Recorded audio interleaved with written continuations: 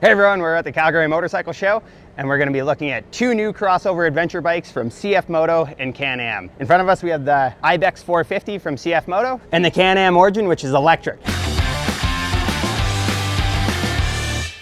So first off, we have the IBEX 450 from CFMOTO, brand new for this year. I'm pretty sure this is the first one in Western Canada. It looks really cool with its rally-inspired design, and the teal is super eye-catching, really good looking bike in my opinion. So it does have a 450 in it, and the first thought that comes to mind is that it's a single cylinder 450 like you know in dirt bikes, which are high RPM motors. They're designed for race applications. But this one is a twin cylinder, so smaller bore per cylinder. It's set up to be a really reliable motor. It's got 44 horsepower, so it's not lacking in the horsepower department either. Yeah, it's pretty sweet. And it's got a 6-speed transmission, obviously just like any other motorcycle, but it also has a slipper clutch. And if you don't know what a slipper clutch is, the basic principle behind it is that there's plates inside of the clutch that will slip if, let's say you're doing highway speed, so 100 kilometers an hour, and you're in 6th gear. Let's say you put the clutch in, you shift down 3 times, and then you just pop the clutch out. The rear wheel won't just like bounce down the road and skid out and crash. It'll actually, the clutch will slip, so then you're able to maintain control of the bike. So really cool. It also has KYB suspension front and back for reliable suspension performance, and it's nice because you can definitely fine tune that suspension. And one of the coolest things about the IBEX 450 is its under $9,000 MSRP value, which is a kind of a shock for the crossover adventure motorcycle lineup, or in the industry in general. Excited to get this out in the summertime and try it out.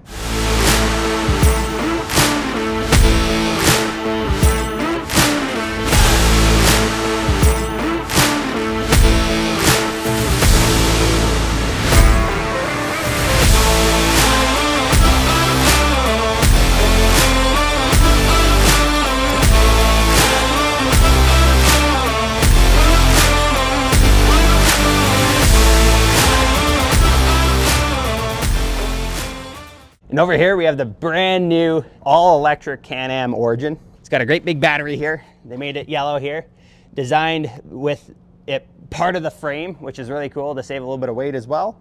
That motor has 47 horsepower, which is, you know, it's quite a bit. It goes from 0 to 100 kilometers an hour in 4.3 seconds, which is really impressive. With the battery and the motor, obviously there's heat created. So it has, first in its industry, it has a liquid cooled battery, charger, inverter, and motor for faster charge times. So when you get done your ride, or you want to get somewhere, you want to plug it in so that you're able to extend your journey, you'll immediately start to be able to charge, where a lot of the competitors, they aren't liquid cooled. So the battery and everything will get really hot, especially when it's plus 30 out. And then they don't say you got to wait a couple hours for everything to cool down before it actually start charging. Where this one is liquid cooled, which is super cool. It also helps to limit battery degradation over time. So with the battery cells all being evenly cooled, and it actually cools it while it's charging as well. So it's gonna make this all last a lot longer as well. And it only takes 90 minutes for a full charge with a level 2 charger, and that's the 240 volt plug-in, or the typical EV plug-in that's at most like EV stops.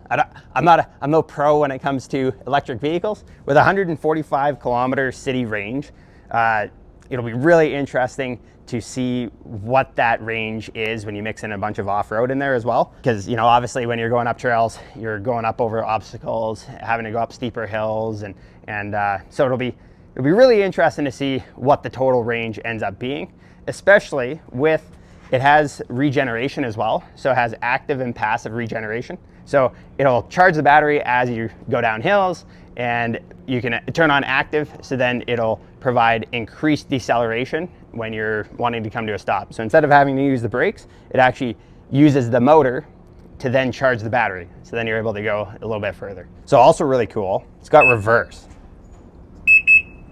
So you can see the flashing R here. And And that means that it's assisted for when you want to back out of your spot.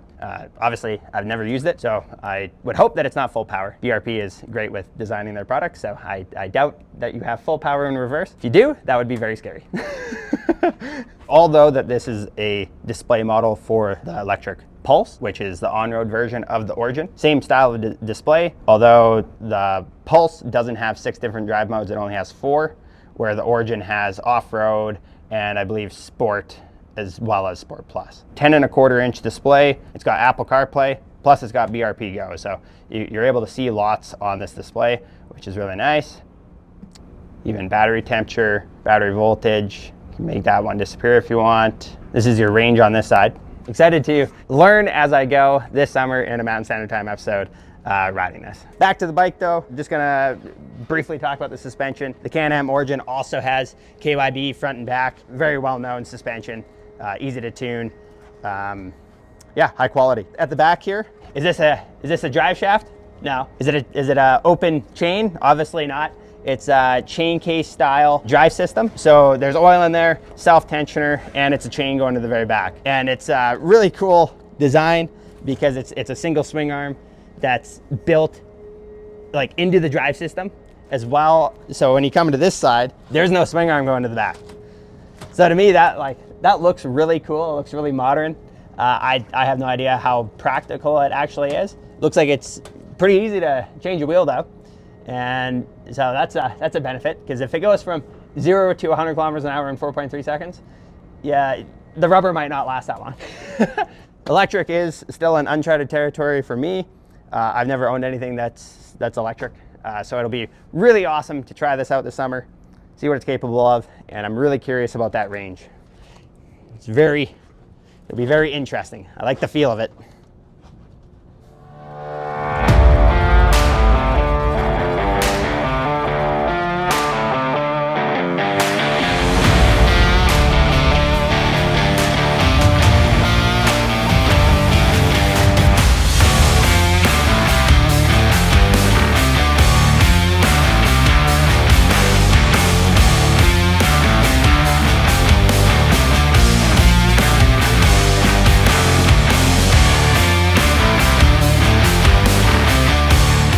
So there we have it. We had a good look at the Can-Am Origin as well as the IBEX 450. Really excited that Basecamp Motorsports in Calgary here is carrying motorcycles, especially the crossover adventure bikes. I used to race motocross and had a lot of fun on dirt bikes before I got highly addicted to snowmobiles and spent all my time and money riding those. And you might be watching this episode because you subscribe to me for the snowmobiling content, and it's I like the summer stuff as well.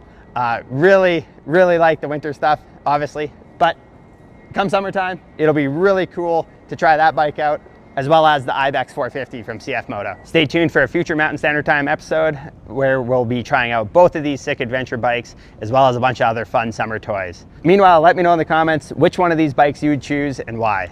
And since we've been here at the Calgary Motorcycle Show all weekend, looking at everybody posting on social media, there's snow up past the hood. They're out in Revelstoke and Sycamores, BC, snowmobiling. We're gonna be right back to that this Thursday at 1:16 Mountain Standard Time. So stay tuned. Thanks for watching.